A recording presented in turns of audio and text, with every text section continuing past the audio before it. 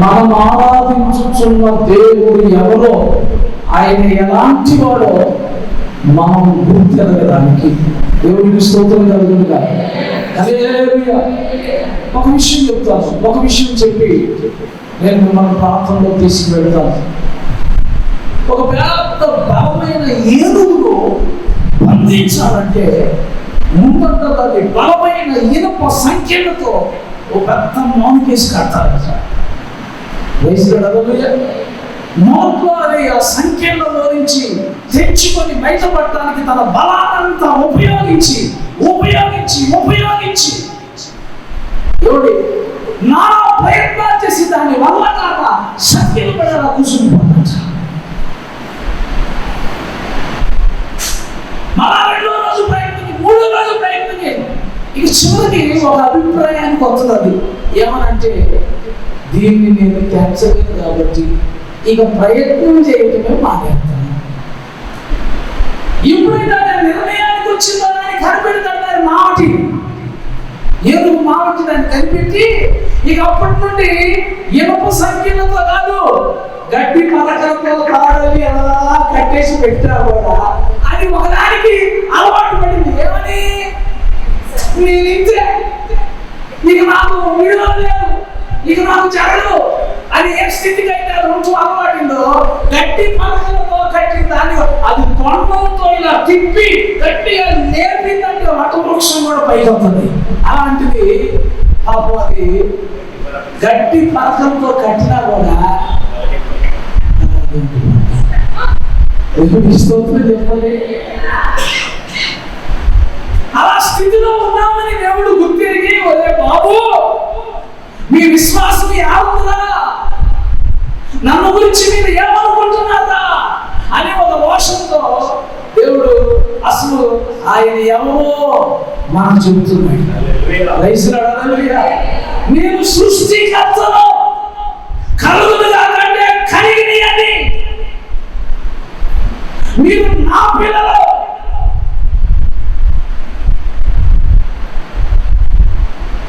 మిమ్మల్ని కూడా నేను ఒక సృష్టికర్తలుగా చేయాలనుకుంటున్నాను అనుకుంటున్నాడు. దేవుడికి స్తోత్రం కలుగునుగా. హల్లెలూయా, హల్లెలూయా. యోహాను సువార్తలో ఒక మాట ఉంది, ఆయన ఎట్టివాడు మనము అట్టివారమై ఉన్నాం. ఎందుకంటే దేవుని వాక్యం చెప్పాడు, దేవుని సేవకుడు చాలా స్పష్టంగా చెప్పాడు. అసలు అలాగా అంత కలగడానికి గల కారణం ఏంటంటే వాక్యం. ఆ వాక్యం అనేది ఒక తాళం వచ్చింది. దాన్ని కానీ నువ్వు రిసీవ్ చేసుకున్నట్లయితే, దాన్ని కానీ నువ్వు స్వీకరించినట్లయితే, ఆ వాక్యం అనే తాళంతో ఎంత పెద్ద లాకర్లైనా ఓపెన్ అయిపోతాయి. ఆ వాక్యాన్ని రిసీవ్ చేసుకోండి. ప్రభు మనతో మాట్లాడుతున్నాడు. ఆ వాక్యంలో జీవం పెట్టాడంట. వాక్యంలో ఏం పెట్టాడు? అక్షయ బీజం అంటారు. అక్షయ బీజం కొరింథీ రాసిన 2వ పత్రికలో కూడా ఉంటుంది. మత్స్యమైనది జీవము చేత మింగివేయబడిందంట. దేవునికి స్తోత్రం కలుగునుగా. జీవం అంట మరణాన్ని ఏం చేసిందంటే మింగేసిందంట. దేవుడు తన వాక్యంలో పెట్టిన జీవం ఎలాంటిదంటే నీ వ్యాధిని మింగేసింది, నీ సమస్యని మింగేసింది, నీ పరిస్థితిని మింగేసింది. స్తోత్రం చెప్పండి గట్టిగా. హల్లెలూయా. నీవు ఆయన ఏమై ఉన్నాడో చూడకుండా, ఆయన ఏ తాళం చేయించాడో చూడకుండా, ఆయన ఏ కార్యాలు ఆయనలో జరుగుతున్నాయో చూడకుండా నీ వ్యాధిని చూసుకుంటా ఆ ఏనుగు కానీ ఆ ఇనుప దాన్ని చూసుకొని అది అలాగా ఇంకెందుకులే అనుకున్నట్టుగా అయిపోయింది మా పరిస్థితి. దేవునికి స్తోత్రం చెప్పండి. హల్లెలూయా.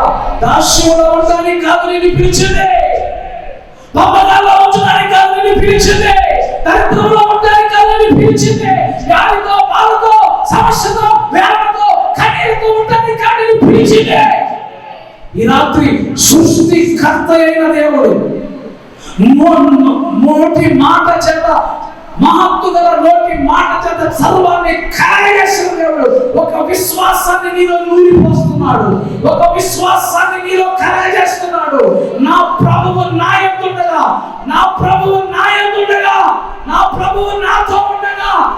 ప్రభువునందు నేను విశ్వాసం ఉంచి ఉండగా ఆయన వాక్యము నాలో పనిచేస్తూ ఉండగా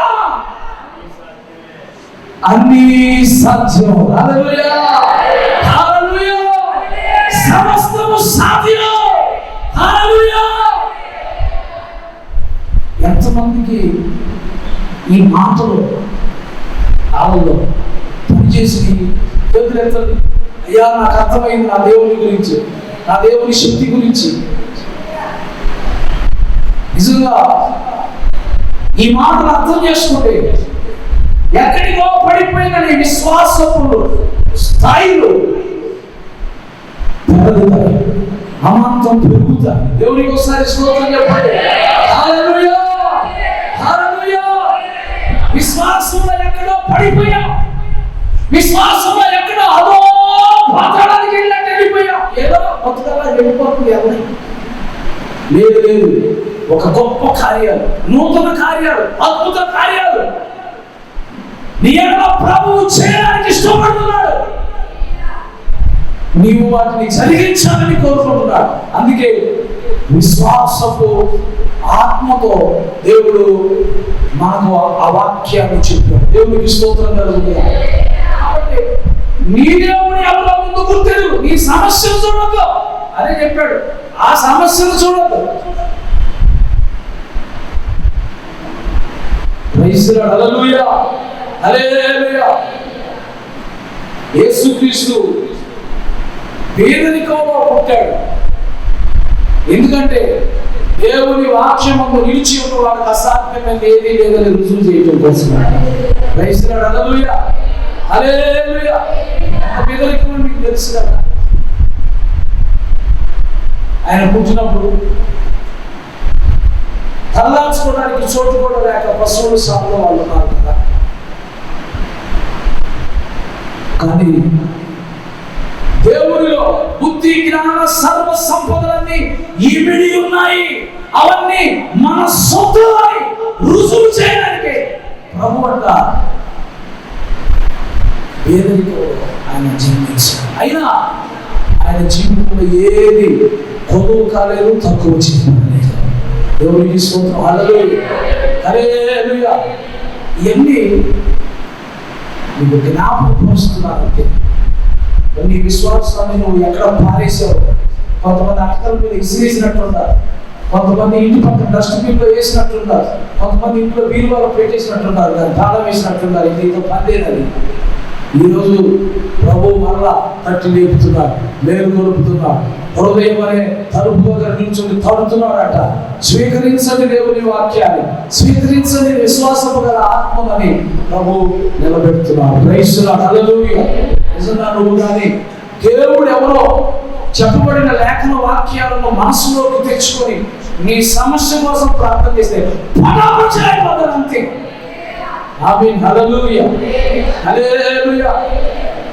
మేము విశ్వాసాన్ని ఎలా తెచ్చుకుంటామంటే, విశ్వాసాన్ని ఎలా పొందుకుంటామంటే వినుట వలన విశ్వాసం కలిగింది. వినుట దేవుని గురించిన మాట. దేవునికి స్తోత్రం కలుగుతుంది. హల్లెలూయా, హల్లెలూయా. దేవుని వాక్యాన్ని చదువుతున్నప్పుడు ఆ వాక్యాన్ని చదువుతుండగా లేఖనంలో నుంచి ఆ దేవుని స్వరం వినబడతా ఉంటుంది. ఒకరోజు మీకు అర్థం కాదని చెప్తున్నా. ఒకరోజు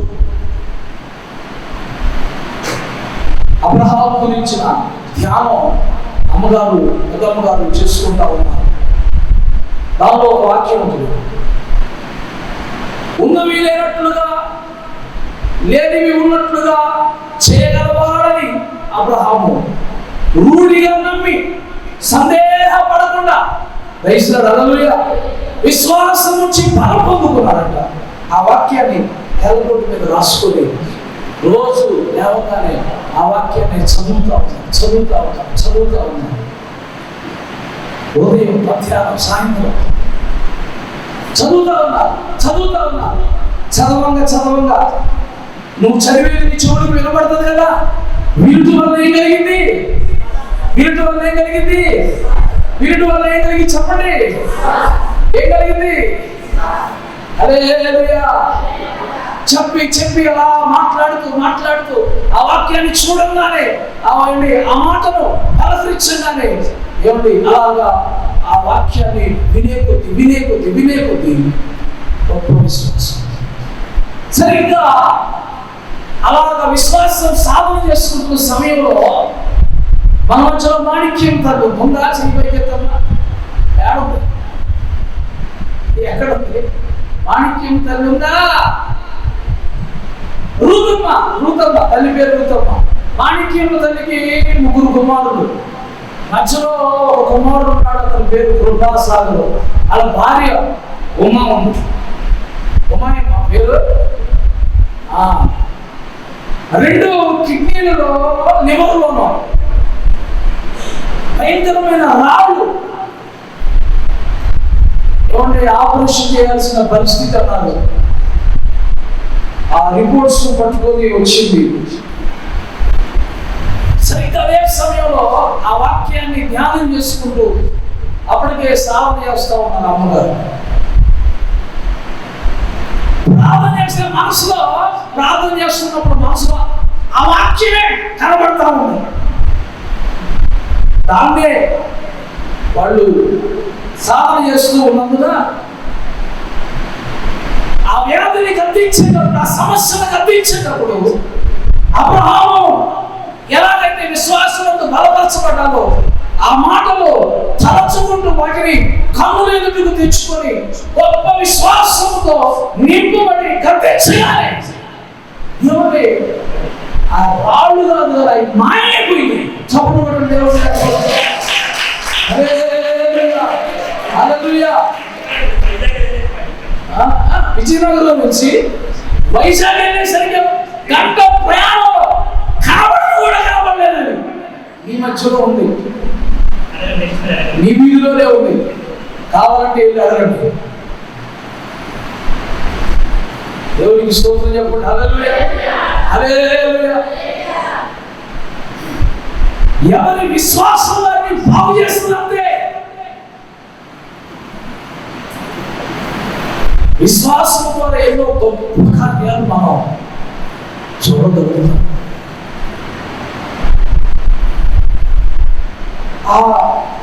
ఆ సమూహమైన వచనాలను, వాక్యాలను అలా ధ్యానించుకుంటూ అలా చెప్పుకుంటూ ఆ వాక్యాలు అలా చదువుకుంటూ ఉండండి.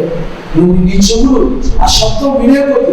నేను చెప్తున్నాను, బైబిల్లో ఉన్న దేవుని మాటలు మామూలు మాటలు కావు, అవి దేవుని వాక్యము. వాక్యము వినే కొద్ది నీకు విశ్వాసం వచ్చింది, బలము కలిగింది, పరిశుద్ధి, కృపావరించింది. మామూలు మాటలు కాదవి, అచ్చు వేయబడినటువంటి మాటలు అవ్వచ్చు, కానీ హల్లెలూయా అవి దేవుని వాక్యం అన్న విషయాన్ని మీరు మర్చిపోవద్దు.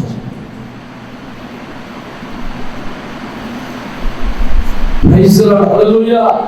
రాత్రి దేవుని దాసులను నిలబెట్టి దేవుడు ఆత్మలో మన విశ్వాసాన్ని మరలా దేవుడు మనం నింపినందుకు దేవునికి ఒకసారి స్తోత్రం చెప్పండి. స్తోత్రం, స్తోత్రం, స్తోత్రం, స్తోత్రం, స్తోత్రం. హల్లెలూయా, హల్లెలూయా, హల్లెలూయా. దేవుడి పరిస్థితి ఎలాగైపోయిందంటే విశ్వాసం అటుక మీదకి ఎక్కి ఇంకెక్కడో పడిపోయి ఏమున్నా కానీ కూడా ఎలాగైపోయిందంటే పరిస్థితి ఆ ఏనుగు కానీ అలాగా అలవాటు పడిపోయినట్టుగా అయిపోయింది పరిస్థితి. దేవుడు తట్టి హల్లెలూయా, హల్లెలూయా. ఆ స్థితిలో నుంచి నువ్వు బయటికి రావాలి. నీ సమస్య కంటే కూడా దేవుడు ఎంత గొప్పవాడో నువ్వు చూడగలిగినప్పుడు నీ సమస్య ఇక నీకు సమస్యగా కనబడదు. అనేక మందికి సమస్యలుగా మిగలడానికి గల కారణం ఏంటంటే వారు సమస్యను ఒక సమస్యగా చూస్తున్నారు. కానీ హల్లెలూయా, సమస్యను ఒక సమస్యగా చూసినంత కాలం అది ఒక సమస్యగానే నీకు మారింది. సమస్యగా చూడకూడదు. ఒకసారి మీ లుక్ మార్చాలి, దేవుని వైపు చూడాలి. హల్లెలూయా. దేవుడు నా దగ్గర ఉండగా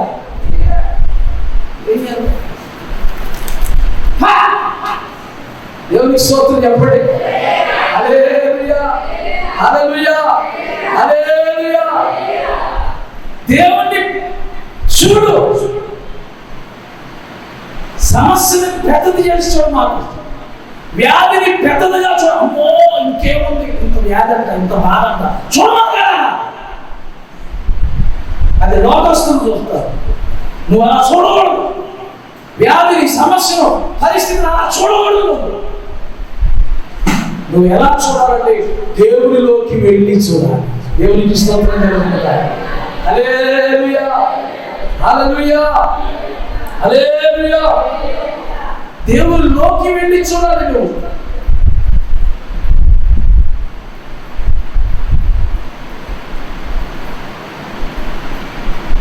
భూమిని, ఆకాశం జానతో కొలిచాడు దేవుడు. ఎందుకు కొలిచాడు? జాన. భూమికి, ఆకాశానికి చిన్నప్పుడు మన పిల్లలు గోరికి ఎలాంటి జాన వేసుకుని కూర్చుకుంటున్నాం. 3 జాన, 4 జాన. ఆయన భూమిని, ఆకాశాన్ని ఇలా కొలిచాడు. దేంతో? జానతో. హల్లెలూయా, హల్లెలూయా. భూమిని, ఆకాశాన్ని జాన పెట్టి కొలిసేటంటే ఆయన చెయ్యి ఎంత పెద్దది. ఆయన చెయ్యి ఎంత పెద్దదైతే ఆయన మనిషి ఎంత పెద్దోడు. హల్లెలూయా. ఈ ఆలోచన రావాలి నీకు.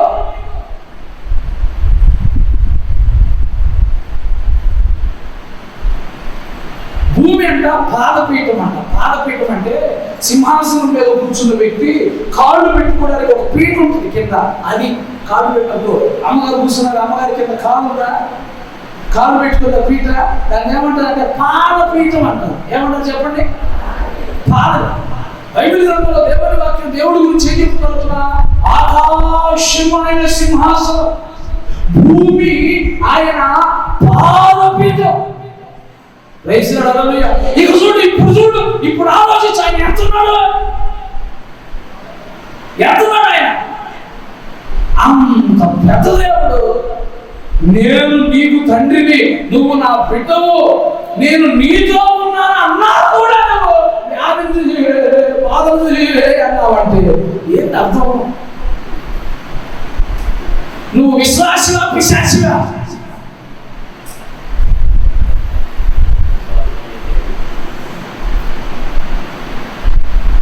హల్లెలూయా. చిన్న బిడ్డలు చూడండి, వాడికి ఏదన్నా భయం కలగంగానే వాళ్ళ అమ్మ సాటుకు పరిగెత్తుతాడు, లేదా వాళ్ళ నాన్న సాటుకు పరిగెత్తుతాడు, లేదా వాళ్ళ అన్నయ్య ఉంటే వాళ్ళ అన్నయ్య సాటుకు పరిగెత్తుతాడు. అసలు వచ్చిన శత్రువు ఎంత పెద్దోడైనా సరే, మీకు ఇలా చెప్తే బాగుంటుంది, ఇలా చెప్తే బాగుంటుంది. పిల్లోడు కాదు కానీ పెంపుడు కుక్కను గమనించండి. ఎప్పుడైనా కుక్కను గమనించండి. దానికంటే పెద్దమైన పక్క వీధి కుక్కలు తలుపుకుంటూ వచ్చినప్పుడు తోక ముడుచుకొని పరిగెత్తుకొని ఇంటి దాకొస్తుంది. ఇంటిలో యజమాని చూడంగానే ఎక్కడి నుండి వచ్చేస్తుంది. తరుము వస్తుంది అని యజమాని ఏమండి 10 కుక్కలు వచ్చినా సరే యజమాని ఒక చిన్న రాయి తీసుకుని కొట్టడానికి ఇలా అన్నాడా? వీరికి ఎంత ధైర్యం వస్తుందో తెలుసా? 10కి నిలబడి చీచి చంద్రానికి ఎక్కువ వెళ్ళిపోతాయి. దానికి ఉన్న ధైర్యం ఏంటంటే నా వెనక నా యజమానుడు ఉన్నాడు. చెప్పండి, అదే నా వెనక నా యజమానుడు ఉన్నాడు. రండి రా చూసుకుందాం ఇప్పుడు అంటున్నాడు. నిజమండి, కావాలంటే మీరు గమనించండి. చెప్పింది వాస్తవమా కాదా? దాని ధైర్యం. ఒక కుక్కకి నా వెనక అండగా నా యజమానం వలన విశ్వాసం ఉంది. ఒక దేవుని బిడ్డకి ఎంత ధైర్యం ఉండాలండి దేవుని గురించి. ఎందుకు నువ్వు అధైర్యపడుతున్నావు? ఎందుకు నువ్వు భయపడుతున్నావు? ఎందుకు నువ్వు ఏమో అయిపోయినట్టుగా, అంత నాశనం అయిపోయినట్టుగా, ఏమి లేవనుకున్నట్టుగా నిరాశలోకి వెళ్ళిపోయి అసలు అవసరం రాదు. నీ దగ్గర నేను ఒక వాస్తవం చెప్తా, నీ దగ్గర లేనంత మాత్రాన హల్లెలూయా అది నీకు లేదని చెప్పడానికి వీల్లేదు. నీ దగ్గర ఉన్నంత మాత్రాన అది నీదని అంటానికి దేవునికి స్తోత్రం కలుగుతుంది కదా. హల్లెలూయా. నీకు ఏది కావాలో, చిన్న పిల్లవాడికి టయానికి అన్నం కావాలని, నీళ్లు కావాలని అమ్మ నాన్న ఎలాగ అమర్చి పెడతారో, నా ప్రభువులను బిడ్డలతో అంతకంటే ఎక్కువగా ఏ సమయానికి ఏది జరగాలో దాన్ని సమస్తం అమర్చి నీ ముందుకు తీసుకొచ్చి నీ చేతుల్లో హల్లెలూయా. నువ్వు తొందరపడక్కర్లేదు, నువ్వు కలవరపడక్కర్లేదు, నువ్వు భయపడక్కర్లేదు.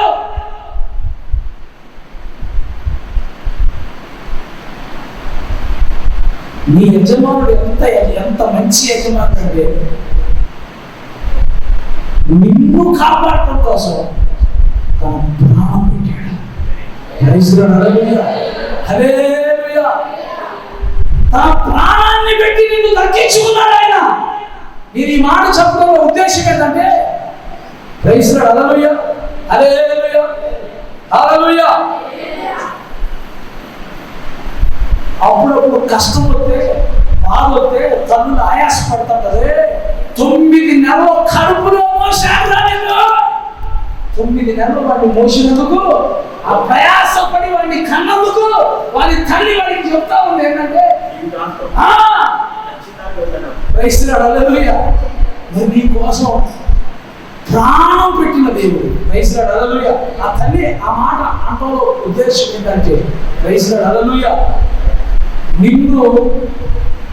నిన్ను తాను తన నుండి ఏది దూరం చేస్తుందో,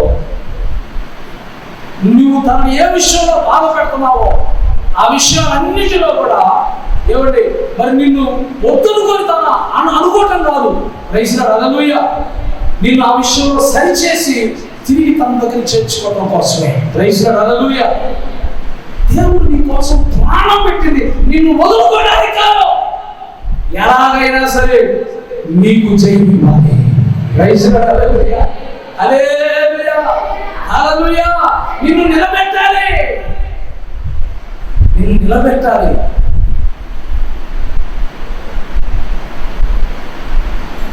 జస్ట్ ఏమండి ఆయన యందు నమ్మకం ఉంచితే, ఆయన యందు నీ గుడిని పెడితే, నా వెనక నా ప్రభువు ఉన్నాడు, నా యజమానుడు నాకున్నాడు, నమ్మకమైన వాడు నా యజమానుడు. హల్లెలూయా. నిన్ను విడువను, నిన్ను ఎడబాయని చెప్పిన వాడు నా యజమానుడు అనే విశ్వాసం చూపగలిగితే చాలా. హల్లెలూయా. మిగతా విషయాలు దేవుడు సెట్ చేసి నీ చేతిలో పెడతాడంతే. దేవుని విశ్వాసం అటకెక్కిన విశ్వాసం, బూజు పెట్టిన విశ్వాసం దొంగపండి ప్రభువును గురించి విశ్వాసము. ఆయనకి ఇష్టలు ఎవరయ్యా అంటే విశ్వాసము కలిగిన వారే ఆయనకి. ఎప్పుడు రాసిన 13వ వాక్యం, విశ్వాసము లేకుండా ఆయనకి ఇష్టలై ఉండుట అసాధ్యం. అంటే దాని అర్థం ఏంటి? విశ్వాసానికి దేవుడు నిన్ను ఇష్టపడేదానికి మధ్యలో ఒక లింక్ ఉంది. విశ్వాసం కొంచెంగా ఉంటే దేవుడు కొంచెం ఇష్టపడతాడు. విశ్వాసం ఎంత అధికంగా ఉంటే అంత ఇష్టంగా మారిపోతాడు. దేవునికి స్తోత్రం. హల్లెలూయా, హల్లెలూయా. రాత్రి నీ విశ్వాసం అమాంతం పెరుగుగాక. పర్వతాలలో పెళ్ళగొట్టే విశ్వాసము ఆత్మను దేవుడు మనకు దయచేయుగాక. బలమైన విశ్వాసాన్ని, పరిపూర్ణమైన విశ్వాసాన్ని ప్రభువునందు కనపరచునట్లుగా విశ్వాసపు ఆత్మ కరవాలమై ముందుకు కొనసాగునట్లు ప్రభువు తన కార్యములు మనకు జరిగించుగాక.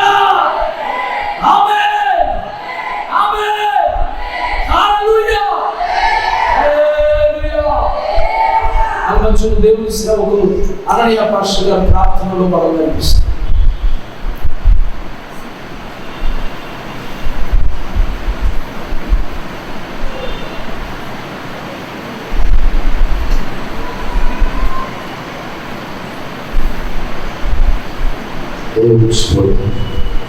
ప్రార్థన చేసుకున్నాను. ఎవరు కూడా ఆలోచన ఉండదు. లేకపోతే ప్రభు మనతో మాట్లాడారు.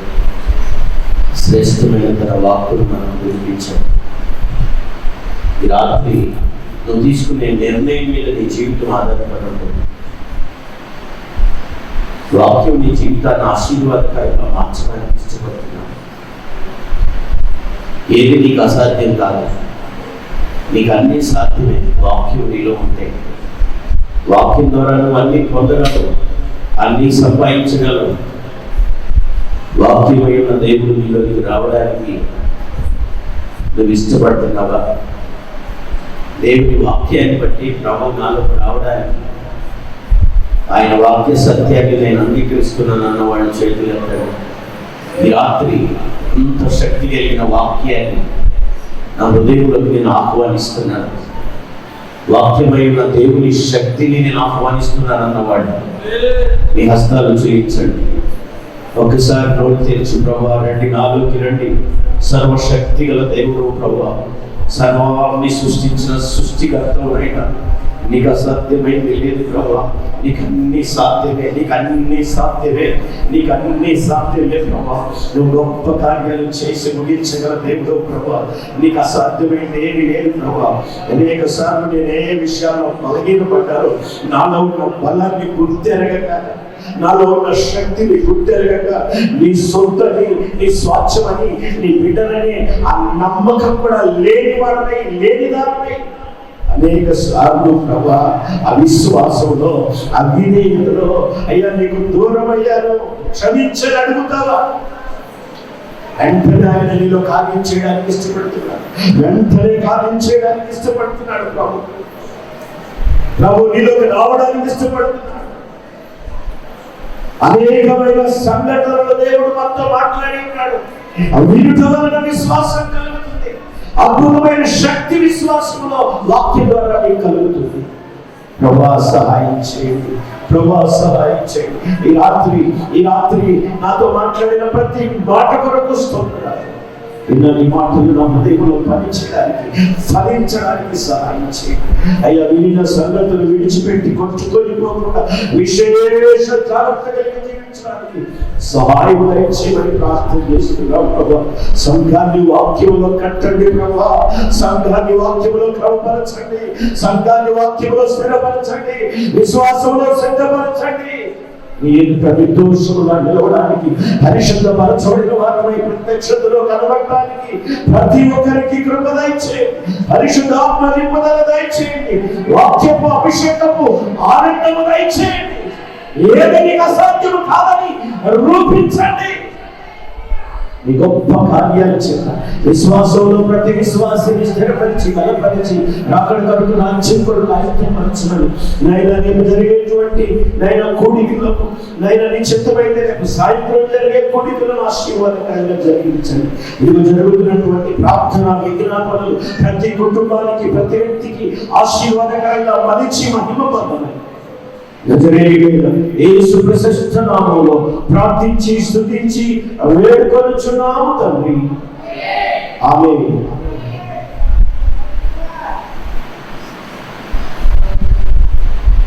ఆమేన్. Hallelujah. Praise the Lord. Hallelujah. రెండు చేతులెత్తి బిగ్గరగా చెప్పండి. హల్లెలూయా.